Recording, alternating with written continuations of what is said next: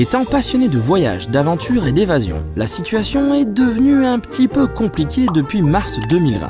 Alors pour pouvoir continuer quand même à vivre ces moments que nous aimons tant, malgré les frontières souvent fermées et la complexité de voyager loin actuellement, j'ai eu une idée. Ma deuxième passion, c'est la moto. Ce sentiment de liberté, d'évasion, pouvoir aller où on veut, enfin vous savez, tout ce qui fait qu'on aime tant partir en deux roues.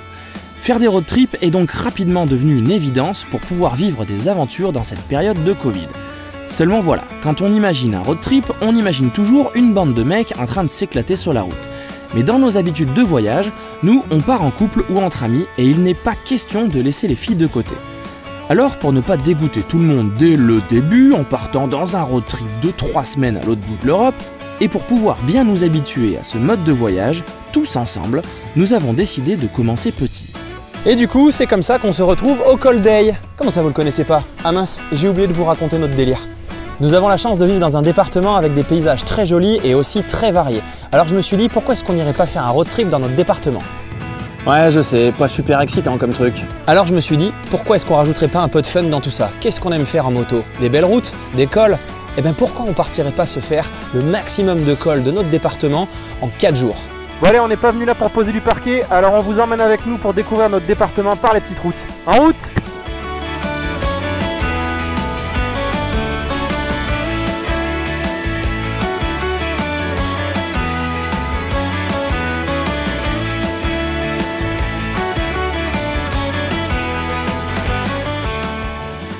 Allez, top départ du road trip. Je viens de tomber sur 10 € qui étaient par terre juste là. Je sais pas trop s'il faut les prendre ou pas, je les ai pris, je les mets là, on verra bien jusqu'où ça nous mène.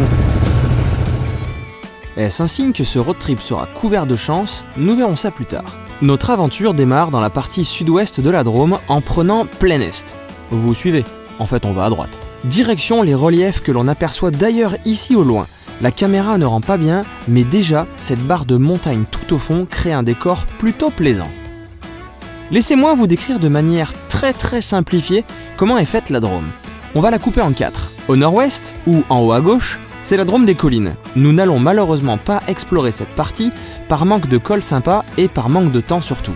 Au nord-est, on trouve une bonne partie du parc naturel du Vercors et du Royan. Ici, on va trouver de beaux reliefs, des paysages variés et des cols bien cool à rider. Au sud-ouest, on retrouve la Drôme provençale. Ici, oliviers, lavandes et vignes se partagent les espaces. Et enfin, le sud-est, qui va s'étendre pour cette présentation que j'en fais plutôt sommaire, du sud du Diois jusqu'au parc naturel régional des Baronnies provençales, flirtant juste aux abords du majestueux Mont Ventoux. Et nous partons donc sur notre itinéraire de plus de 800 km dans tous les sens à travers notre département. Itinéraire qui n'a absolument aucune logique d'ailleurs. Les quelques personnes qui ont osé nous demander où nous allions n'ont eu d'autre réponse que par là, enfin environ. Finalement, notre seule logique, c'était la chasse au col. Les premiers sont tellement petits qu'ils n'existent que sur les cartes et n'ont même pas le droit à un panneau officiel. Comme les cols de Serre-Colomb, d'Alérac, du Peg ou encore de Novézan, dont les paysages sont d'ailleurs ceux que vous venez de voir. Dégagés ou dans d'hypnotisants sous-bois, ils sont toujours hauts en couleur, parfois fluo, surtout au printemps et à l'automne. C'est franchement un régal de les traverser.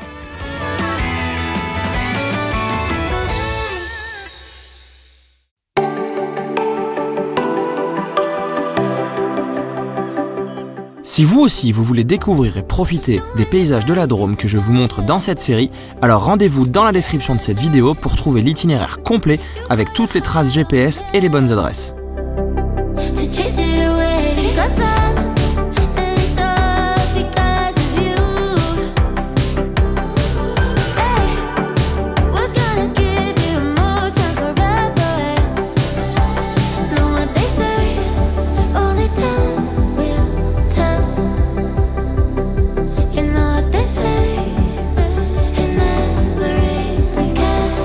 Le premier col officiel est donc le Col d'Ay, mais ça, vous le savez déjà puisque vous venez de me voir faire le pitre devant. Ce qui démarre donc notre compteur à 5 cols.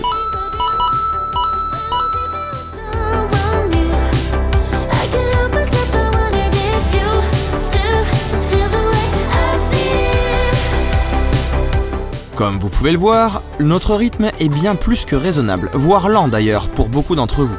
La raison est toute simple. Sophie, qui est juste derrière moi et qui est en train de découvrir sa Baby GS, n'a pas encore l'expérience suffisante pour envoyer du bois comme nous le souhaiterions.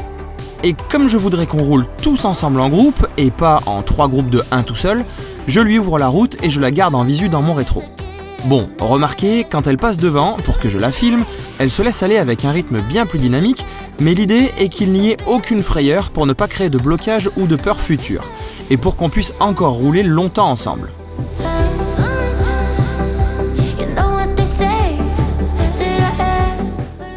À partir de là, nous allons rouler un bon nombre de kilomètres avec pour toile de fond le monument de la région, j'ai nommé le Mont Ventoux. Certes, il est génial à grimper par ses routes sinueuses, mais de le voir de loin sous différentes faces, c'est vraiment impressionnant. Et finalement, sur la Tour Eiffel, on ne voit pas la Tour Eiffel. Et bien là, c'est exactement pareil.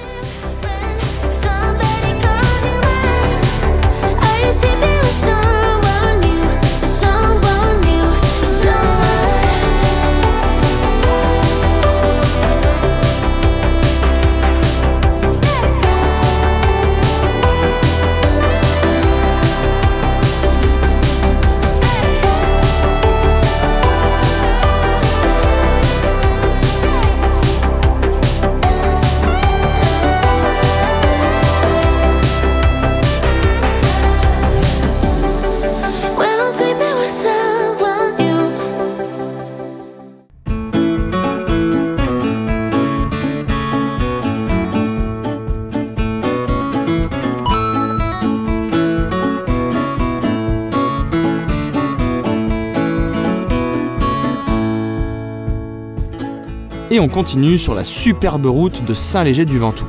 Attention, ici ligne droite interdite, c'est virage sur virage pour notre plus grand plaisir.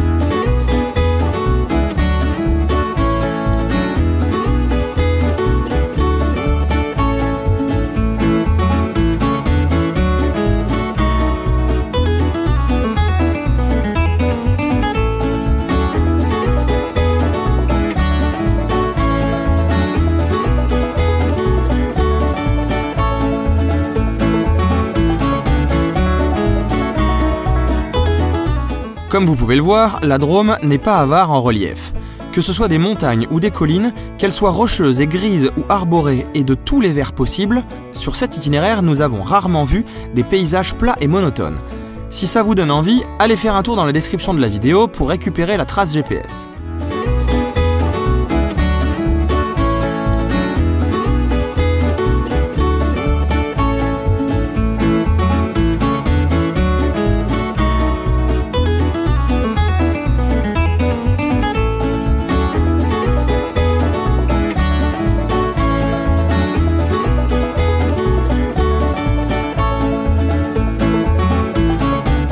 Après le col de Fontaube, j'avais repéré une petite route sympa qui permettait de rajouter quelques cols sur notre liste. Malheureusement, elle se termine sur une piste off-road. On arrive en fin de journée, la fatigue se fait sentir, il serait risqué de s'engager dessus et de prendre des risques. D'autant plus que je n'ai absolument aucune idée de son état, ni de quand le goudron va revenir. Et puis, Tony est en duo et il est bien chargé sur sa Versys, alias la baleine. Allez, demi-tour et cap sur le col de Macuaigne. Mais dites-moi, ça ne serait pas un petit col bonus là? Le col des airs n'était pas prévu, mais je prends. C'est d'ailleurs à partir d'ici que nous n'aurons plus le mont Ventoux en ligne de mire. En tout cas, s'il y a bien une chose qui ne va pas changer, c'est que nous avons toujours le droit à plus de virages que de lignes droites, ce qui est absolument parfait. Et pour couronner le tout, nous sommes encore et toujours entourés de reliefs aux couleurs vives. Jusqu'à présent, nous n'avons vraiment pas à nous plaindre de cet itinéraire.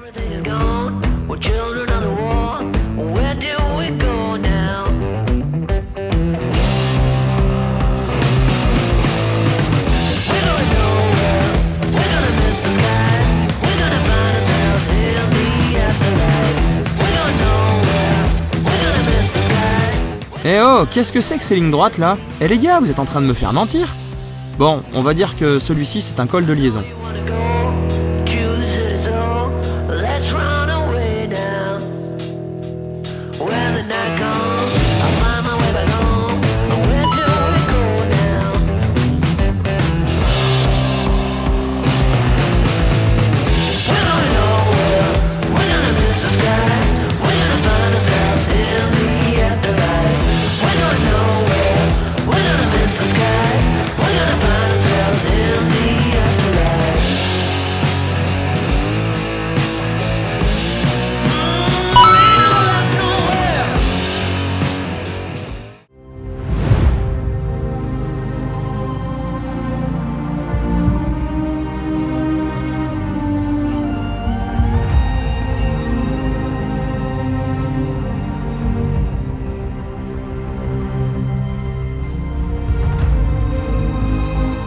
Honnêtement, je savais que mon département était réputé pour être beau et varié, mais là, je dois avouer que les paysages du col Saint-Jean sont juste sublimes. C'était notre récompense de fin de journée.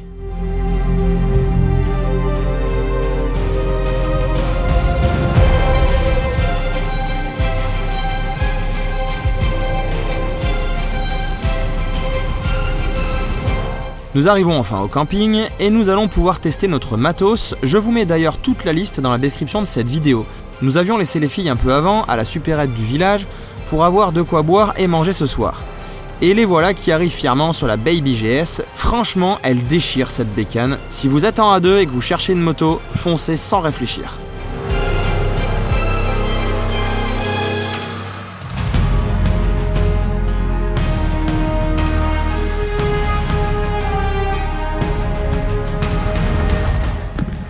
Et voilà, premier emplacement de camping avec une petite vue sympa en direct de Orpierre. Bon, on triche un peu, hein, on reste pas dans la Drôme, on est à la frontière de la Drôme pour cette première nuit parce que c'est un super camping avec une vue sympa, il n'y avait pas grand chose d'autre vers là où on voulait s'arrêter. Donc maintenant, on va installer tout notre bazar et passer notre première soirée en camping moto. Bon, ben pour une grande première, c'est quand même quelque chose, hein, c'est de l'organisation, hein. On comprend qu'il faut vraiment prendre le coup de main. Hein. Entre la tente où on essaie de planter les sardines dans du béton armé avec nos pouces, entre tout le merdier qui tient sur 3 motos qu'il faut mettre dans 2 tentes, c'est quelque chose, hein, c'est sympa. Et encore on a de la chance, hein, le temps est un peu menaçant mais on n'a pas encore de pluie. Parce que si à tout ça il faut rajouter la pluie et qu'il va falloir tendre en urgence le tarp, ça doit être une sacrée histoire ça aussi. Hein. Franchement, j'ai pas hâte de la vivre celle-là. Hein. Bon donc maintenant, deuxième étape, une fois qu'on a posé de quoi dormir, bah, ça va être de se faire à manger. Alors avant on va aller se décrasser un petit peu. Et puis prendre l'apéro aussi, ce serait pas mal.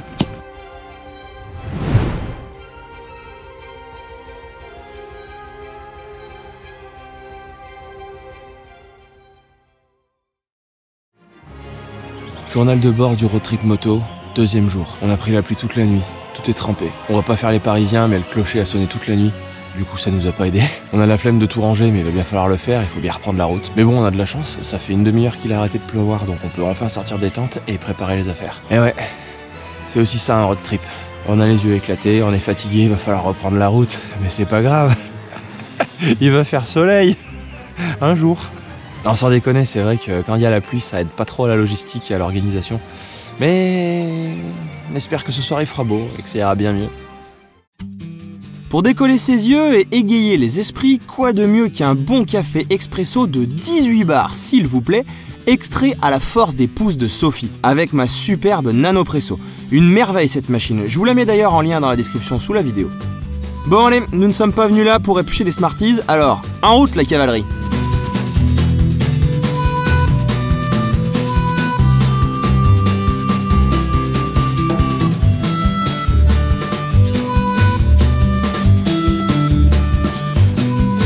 première destination sera le col de Perty, afin de nous ramener dans le droit chemin et de retourner dans la Drôme. Le soleil semble être au rendez-vous de cette journée et ça fait vraiment plaisir. Nous retrouvons toutes nos petites montagnes et ces reliefs parsemés tous azimuts, le tout dans une végétation toujours colorée et variée au fil des kilomètres. Ah, voilà notre premier col de la journée. La vue est superbe sur les massifs à perte de vue.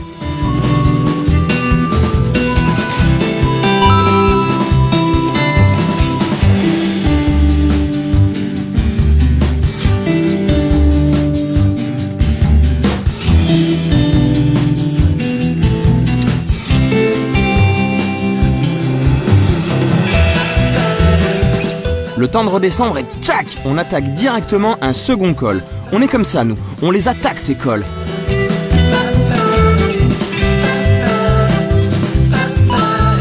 Et de 12. Allez, au suivant.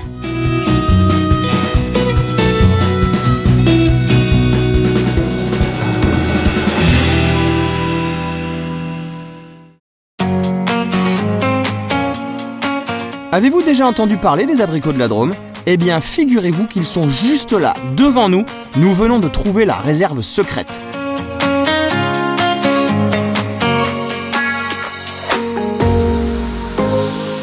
Bon, nous avons aussi des spécialités bizarres dans la Drôme, comme les voiliers des champs. Nous non plus, hein, on n'a pas bien saisi le concept.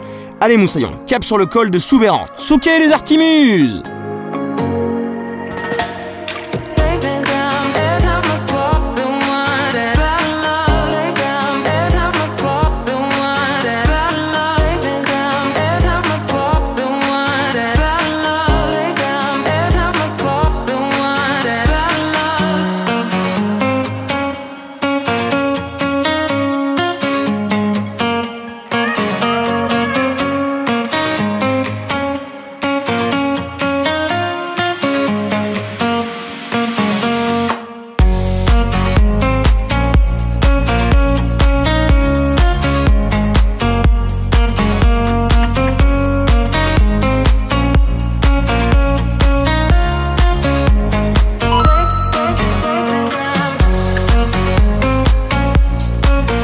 Notre route de liaison vers nos prochains cols sera celle des gorges de l'Aigle, aussi connues comme les gorges de Saint-Mé.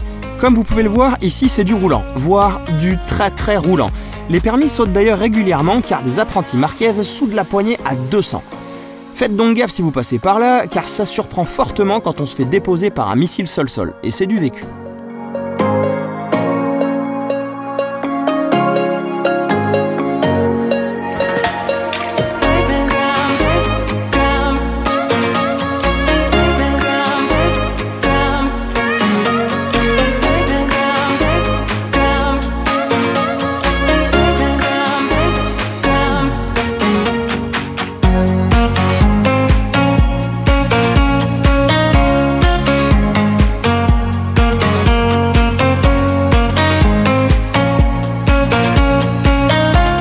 Nous reprenons notre chasse au col avec notre petit rythme tranquille pour profiter des paysages et surtout pour rester tous ensemble. Il est presque l'heure de manger, alors le col de Cabre fera un lieu parfait pour la pause de midi.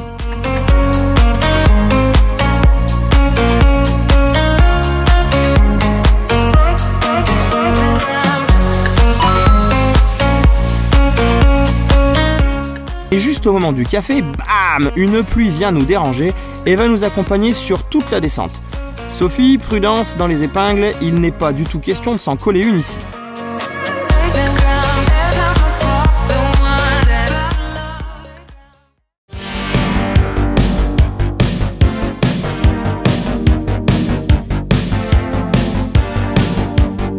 Allez, on garde le rythme, la route est sèche, nous avons 3 jolis cols qui s'enchaînent les uns derrière les autres, avant d'aller traverser le Diois en direction de l'Isère.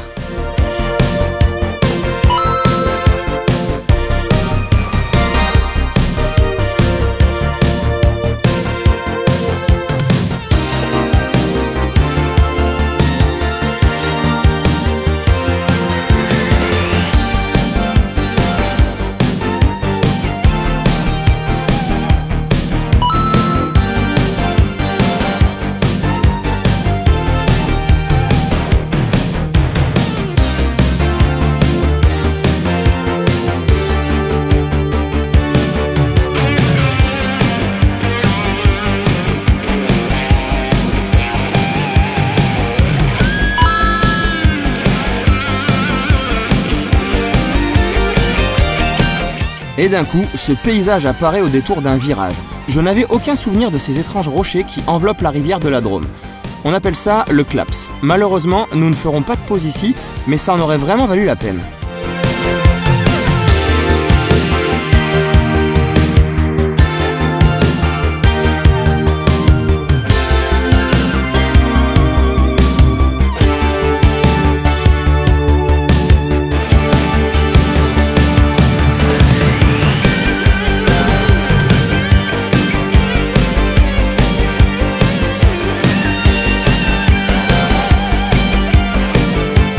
Parfois, nous avons dû les traquer ces cols. Ouais. Ils comptent quand même. Ils se planquaient jusque dans les arbres, mais on les a eus.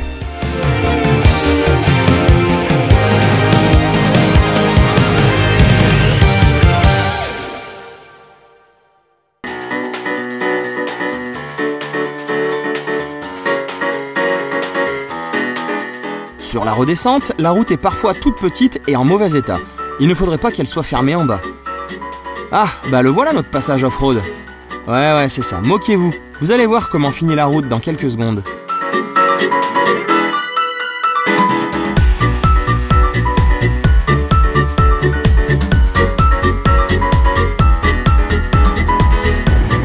Bon. Alors c'est pas que je fais 3 tonnes 5, mais un passage à gué, j'en ai jamais fait. Alors, bah on y va.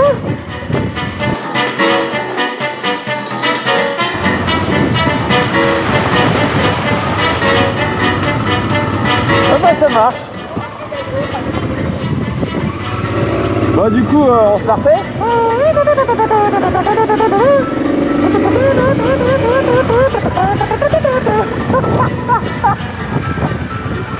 Bon bah ça se fait très bien. Tu te mets debout et ça fait juste poum poum poum poum.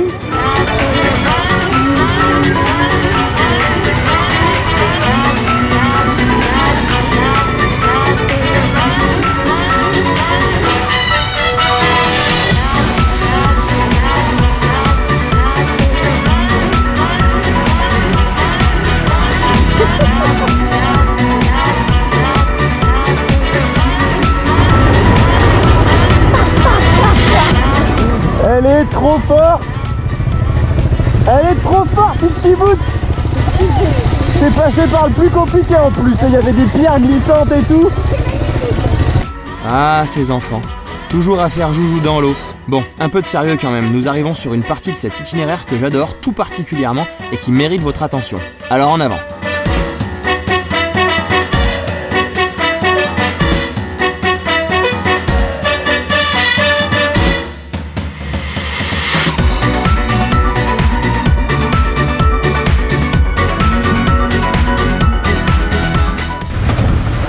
Glindage.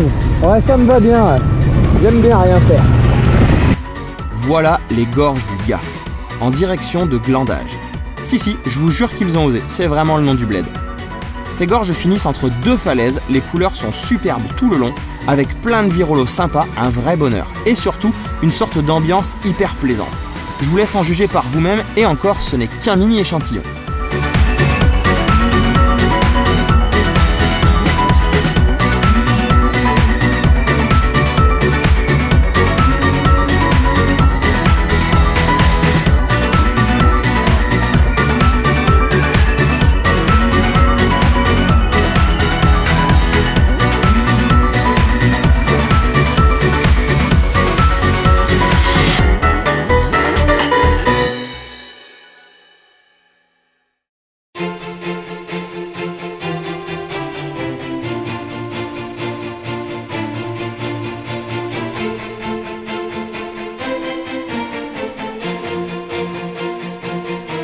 Nous avalons quelques tunnels, ou l'inverse d'ailleurs, et changement de décor, nous sommes aux portes de l'Isère.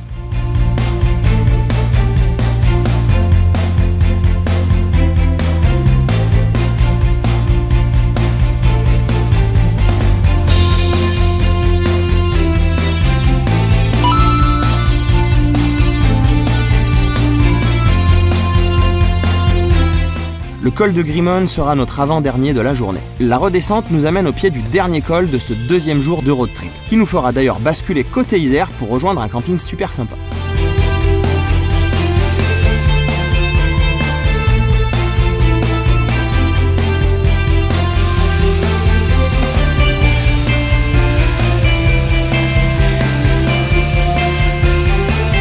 J'ai nommé le col de la Croix-Haute. Aucune gloire pour le rejoindre car il s'agit de longues lignes droites qui montent. En revanche, la descente est bien plus sympa.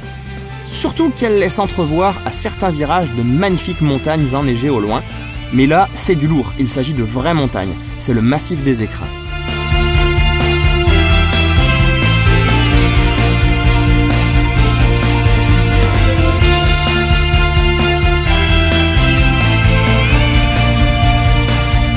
Même si c'est bon de rouler sur de belles routes avec de si beaux paysages en toile de fond, ça fait quand même plaisir d'arriver.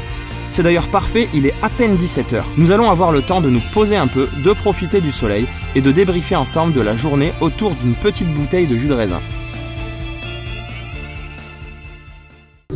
C'est quoi ce bordel là? C'est quoi cette tente?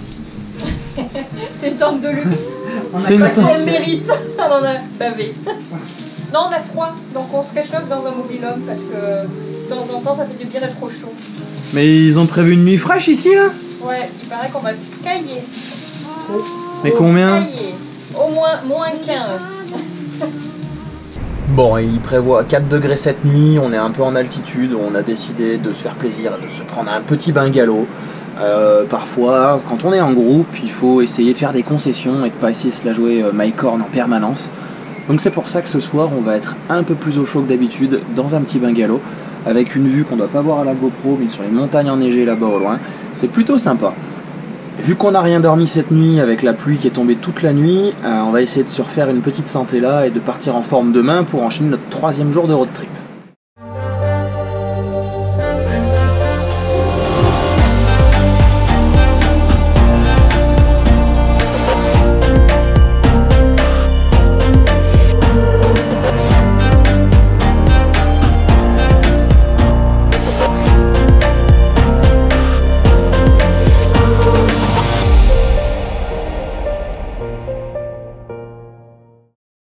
Début du 3e jour de road trip pour nous, de formation de road trip plutôt. Donc comme hier on a pris la pluie, aujourd'hui on s'est posé dans ce petit camping et on a préféré profiter d'un petit bungalow pour être au sec. On a pris encore la pluie donc hier soir, hier en roulant. Voilà, là on est juste face au massif des Écrins, on doit avoir la vue sur tout ce qui doit être les 2 Alpes là-bas, c'est plutôt sympa. Et c'est donc comme ça que nous avons le petit Tony qui est en train de charger sa moto, alias la baleine. Ici nous avons la Transalp qui est à peu près chargée. Et Madame Sophie, ou devrais-je dire Richie Boot, qui traverse des rivières avec sa baby GS. Qui arrive à tout rentrer dans ses petites affaires.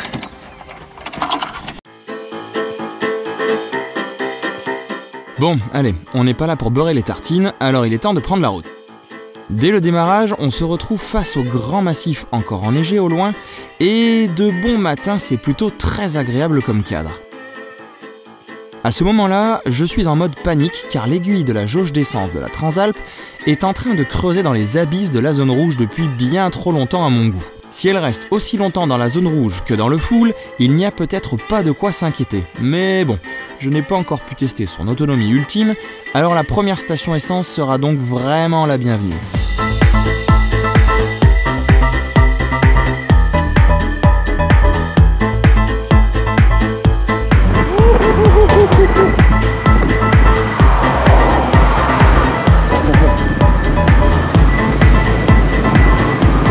Bah mon gars, il restait pas grand chose hein.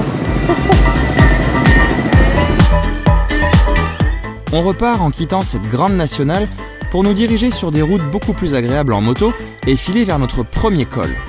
D'ailleurs, si ce tracé vous intéresse, les traces GPS sont disponibles sur mon blog dans le lien qui est sous la vidéo.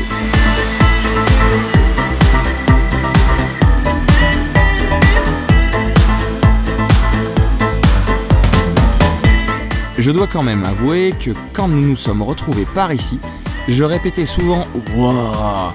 en voyant tous ces décors plutôt atypiques.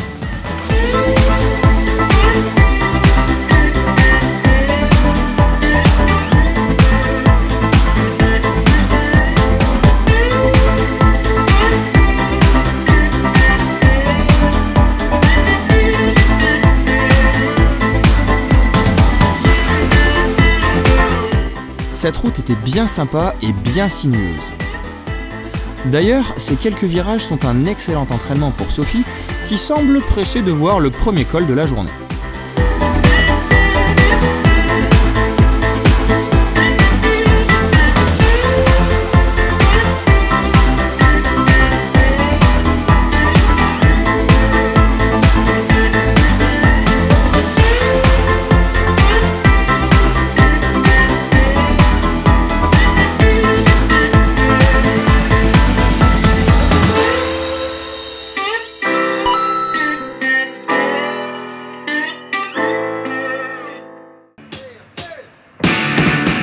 Oh non, regardez-moi ce panneau, 14 km de virage. Eh mais tu plaisantes, c'est le paradis qui est devant nous, hein. La montée du col du Rousset. Allez, on se concentre, ce sont les dernières lignes droites.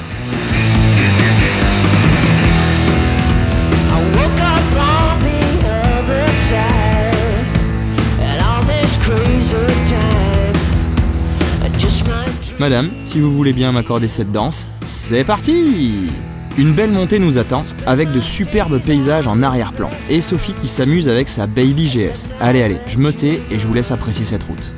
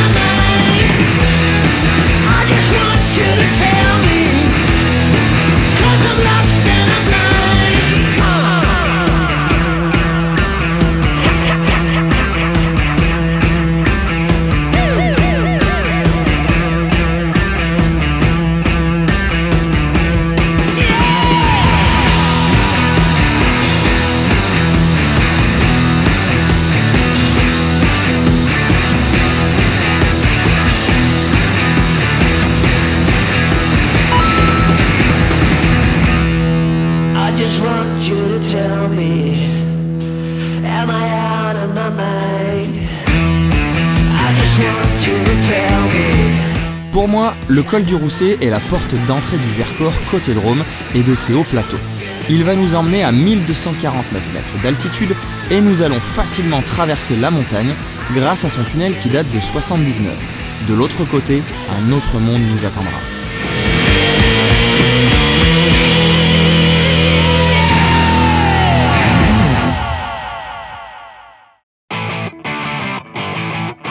Les ventres commencent à gronder, il va être temps de faire la pause midi. Nous décidons de la faire à Vassieux-en-Vercors qui n'est plus très loin d'ici. On remarque tout de suite que les paysages ne sont plus les mêmes que ceux du début de matinée. Des massifs encore enneigés sont visibles au loin, il fait un peu plus frais, ça sent la montagne, bref, bienvenue dans le Vercors.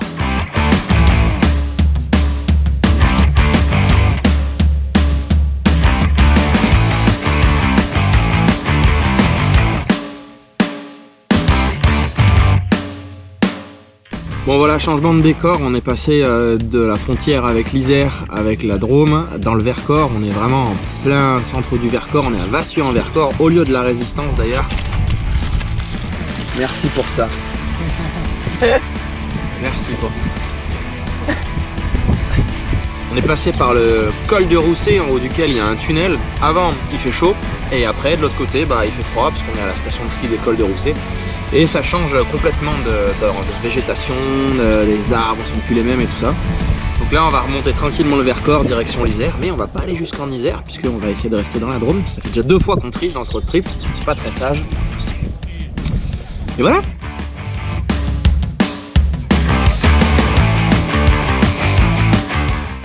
Vous n'êtes pas sans savoir que le Vercors a été un haut lieu de la résistance française durant la Seconde Guerre mondiale avec les maquisards. Les Allemands ont envoyé par 2 fois des planeurs en les faisant atterrir près du village pour essayer de briser la résistance ici. Un musée et un mémorial de la résistance sont d'ailleurs à visiter à Vassieux. Je me rappelle encore des histoires et des leçons apprises à l'école quand j'étais jeune. Ouais, je sais, ça commence à dater, c'est bon, j'ai compris. Allez, fin de la pause café histoire. Alors, on reprend la route pour un endroit absolument incroyable de la Drôme, en ajoutant 2 cols faciles au passage à notre compteur.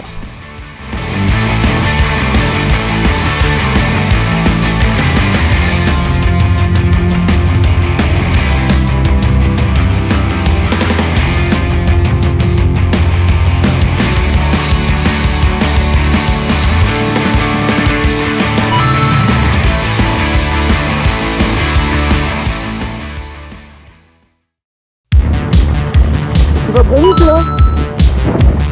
Ah merde! Si mais attendez, on va peut-être changer nos plans.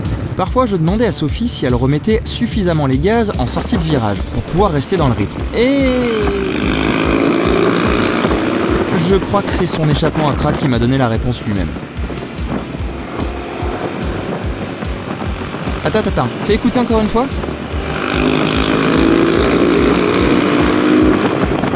Ah ouais, ça va bien sur la remise des gaz. Bon bah du coup, montrez-moi vos trajectoires, madame.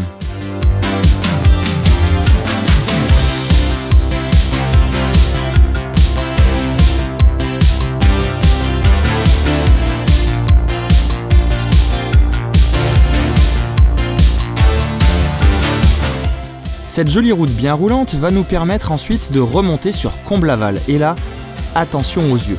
Ce lieu va vous mettre littéralement une claque visuelle. Est-ce que vous êtes prêts? Ladies and gentlemen, for you today, Comblaval.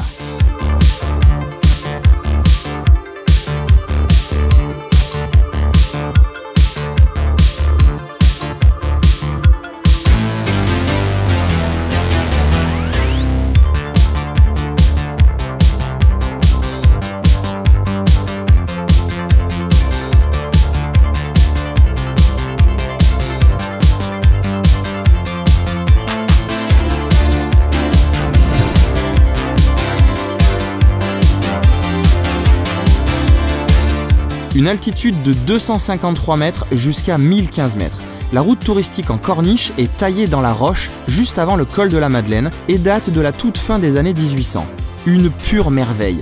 La route de Comblaval se faufile au sein d'un cirque grandiose, en taille titanesque de 4 km de long sur 1,5 km de largeur et un vide allant jusqu'à 600 mètres. A l'origine, cette route devait faciliter l'acheminement du bois, notamment issu de la superbe forêt de Lente, vers le Royan. C'est aujourd'hui un parcours touristique exceptionnel.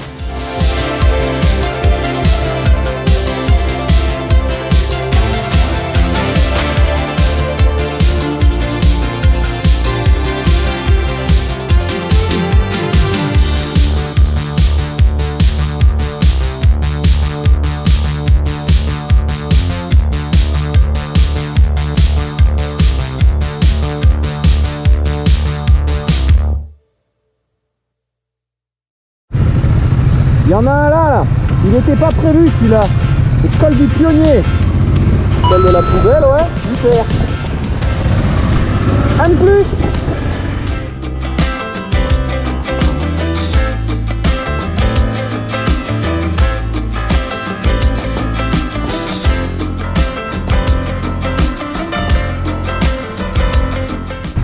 Et encore un petit col.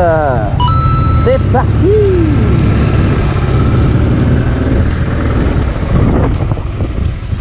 Route du col de la Croix, c'est fait. La col de la Croix, c'est coché. Check. Ok, merci pour ce moment divertissant. Nous allons maintenant nous diriger vers notre étape de ce soir qui se fera au joli village de Beaufort-sur-Gervanne. Mais avant tout ça, il nous reste un dernier col à passer et je dois dire que celui-là m'inspire beaucoup.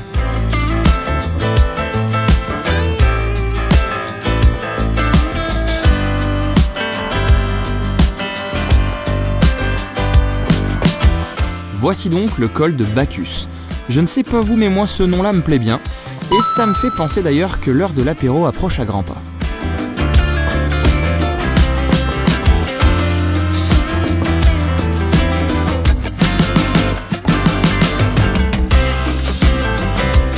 Ces derniers paysages nous offrent de superbes vues dégagées qui nous rappellent encore une fois que nous avons vraiment de la chance d'avoir un si beau département. Tiens, tout au loin ici, vous pouvez d'ailleurs voir les fameux Trois Becs et leur face nord. Avis aux amateurs de randonnée avec vue sensationnelle à 360 degrés, c'est absolument à faire.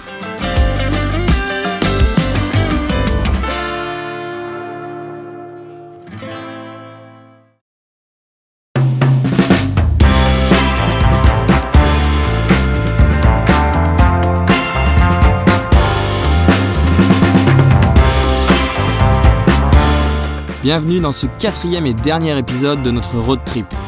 Il va être un petit peu particulier, tout simplement parce que c'est le dernier. Vous savez sûrement ce que c'est, l'ambiance redescend, on n'a pas forcément envie de rentrer, et mine de rien, ça joue un peu sur le moral. Ensuite, c'était notre premier road trip moto, avec les nuits en camping. C'était un entraînement, comme vous le savez déjà, et on n'a pas toujours eu les meilleures conditions météo.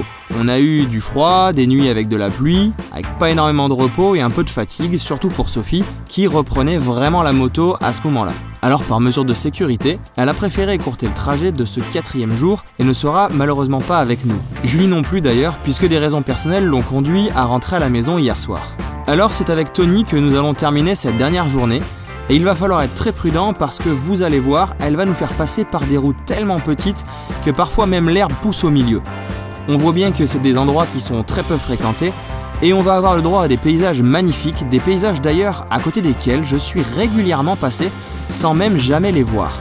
Tout simplement parce que pour y aller, il fallait prendre un petit col et se retrouver dans une espèce de centre de massif montagneux qui permettait de découvrir de nouveaux paysages.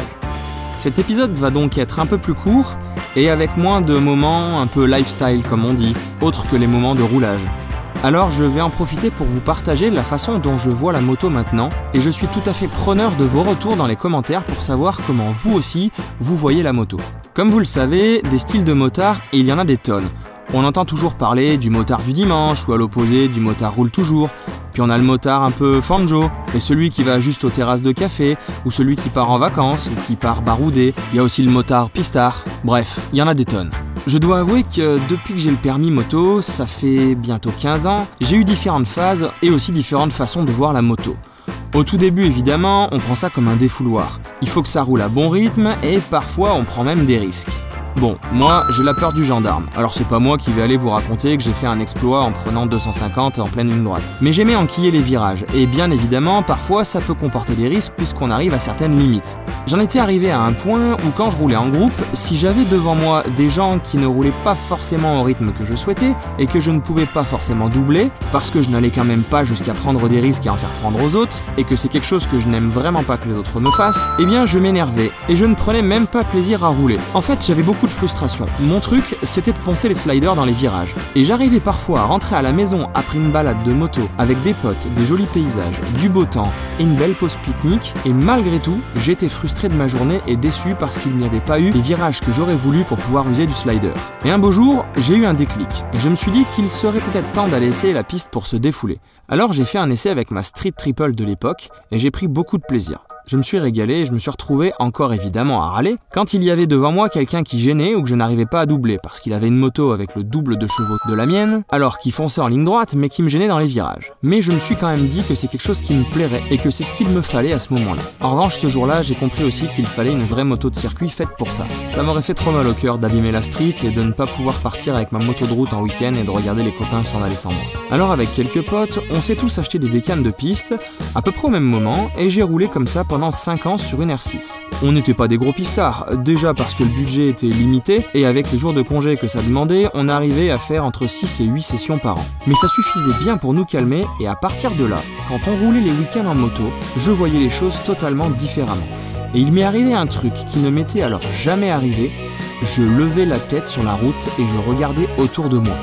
Je roulais à un rythme bien plus raisonnable et je n'avais plus de frustration quand je rentrais à la maison parce que je ne m'étais pas assez défoulé puisque je l'avais déjà fait sur circuit. Mais voilà, après quelques chutes, pas forcément graves, mais qui laisseront quand même des petites traces, j'ai décidé d'arrêter parce que de toute façon j'ai toujours été poissard dans les sports un peu risqués et que ça finit régulièrement avec une bonne grosse blessure. Alors là, les 2 que j'ai eu m'ont suffi et j'ai décidé de reconsacrer mon temps de moto à la route. Je me suis alors cherché car je voulais effectivement un truc pépère juste pour balader. Alors j'ai commencé à prendre une BM de 86 qui avait mon âge, à toute la désosser et à toute la restaurer pour la passer en café racer. Ça m'a pris un budget fou et un temps énorme. J'ai passé 7 mois dessus. Tout ça pour au final me rendre compte que le café racer n'était pas forcément ce que je voulais et que je n'étais pas forcément à l'aise dessus. En fait, ce que je voulais, c'était voyager, puisque en dehors de la moto, ma deuxième passion, c'est le voyage. Alors je me suis dit que je pourrais allier les deux et qu'il me fallait donc une autre moto.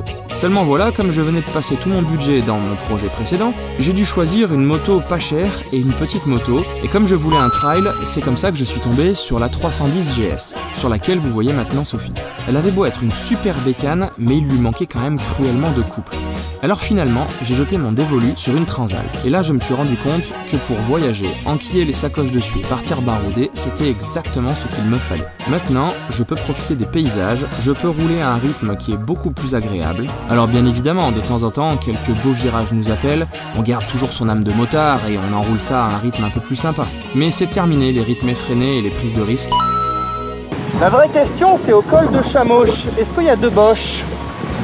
Ouais, ok, je me casse. Et puis l'idée de rouler en groupe me plaît beaucoup, mais en groupe soudé, pas en groupe de 1 comme j'ai connu à l'époque, où chacun avait d'ailleurs envie de montrer à l'autre qui roulait plus fort que lui et ça devenait vite n'importe quoi. Alors voilà, ces 4 vidéos de premier road trip ne sont peut-être pas très impressionnantes pour vous d'un côté moto, quand on voit ce que certains autres font, puisqu'on est juste là dans notre département, mais malgré tout, on a pris du plaisir tout simplement, parce qu'on s'est rendu compte en levant la tête qu'on avait des paysages formidables juste à côté de chez nous, et que sur des petites routes où on ne peut pas forcément rouler vite, on peut quand même profiter de se balader, d'être en groupe, d'être tout simplement ensemble et de partager. Ensuite, on se pose le soir, et ça, c'est des moments qui nous tiennent vraiment à cœur. C'est pour ça d'ailleurs que je ne suis pas forcément fan non plus d'enquiller 400 bornes dans la journée. J'aime bien qu'on puisse arriver tôt le soir pour discuter, pour échanger, profiter de la soirée et se reposer avant de repartir le lendemain. Je crois que c'est ça la conception de la moto que j'ai aujourd'hui et qui correspond à la période que je vis actuellement. Alors j'espère que ça pourra vous plaire et que vous pourrez comprendre cette vision des choses, même si vous êtes peut-être totalement à l'opposé de ma vision de la moto. En tout cas, nous on repart très bientôt, donc pensez bien à vous abonner sur le compte Instagram où on partagera notre prochain road trip et on va s'attaquer à un morceau qui a l'air d'être vraiment sympa puisqu'il s'agit de la traversée des Pyrénées. Et puis ensuite on va passer quelques jours dans le Pays Basque à barouder là-bas en bécane. Et en fin d'été, on va faire un truc encore plus gros puisqu'on aimerait bien aller voir à quoi ça ressemble la petite partie des Alpes du côté de l'Autriche. On prévoit donc d'aller se faire le Tyrol en passant par l'Italie, en rentrant par l'Allemagne. Alors là, on aura intérêt à être en forme. Et si vous voulez nous accompagner pour partager cette aventure, eh bien pensez comme d'habitude à vous abonner à la chaîne et surtout n'oubliez pas de cliquer sur la petite cloche pour activer les notifications et comme ça YouTube vous dira à chaque fois qu'un nouvel épisode sortira. Et puis si vous êtes sur Instagram, vous verrez aussi quand ça sortira. Bon, revenons-en quand même à nos moutons, enfin à nos cols. Mine de rien, on discute, mais on vient quand même de s'enchaîner 37 cols juste dans le petit département de la Drôme. Alors bien sûr, ce sont des colounets, des petits cols, mais ça reste quand même à chaque fois des points de vue, une fois tout en haut, et puis des montées sympas et des descentes aussi, sur des routes qui sont variées et agréables. Ah bah tiens, voilà le 38e officiel de ce road trip. Allez les gars, on fait la course. Allez, 2 chevaux contre 55, on y va.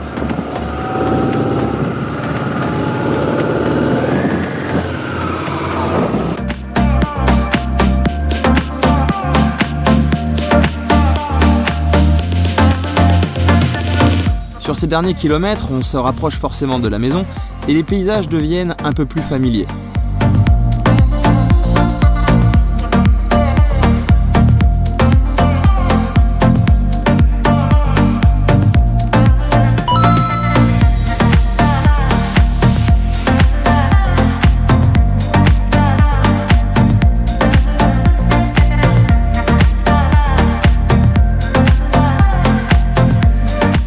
J'avoue que parfois j'ai un petit peu abusé histoire d'aller gratter un col de plus au compteur. Mais bon, en même temps, c'est pas ma faute s'ils ne mettent pas les panneaux en plein milieu de la route principale. Il fallait bien que j'aille l'attraper celui-là. Allez mon petit Tony, on continue, il en reste encore 1 ou 2 pour la route.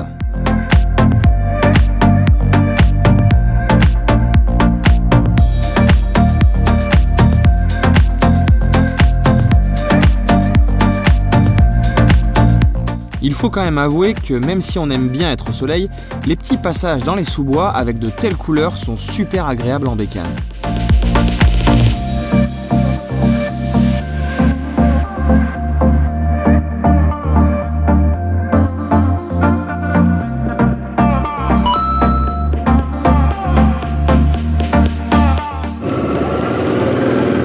Je me suis fait escroquer d'un panneau là, il faut que je fasse demi-tour pour l'avoir. Le col de Pascalin. Altitude 630 mètres. 630 mètres. Voilà.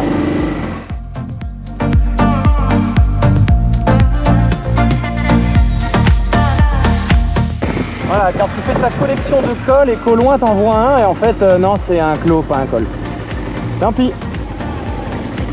Et maintenant fais un créneau avec ta Transalp, mon gars. Pip, pip, pip, pip. Attention, il y a un coup au démarrage en côte.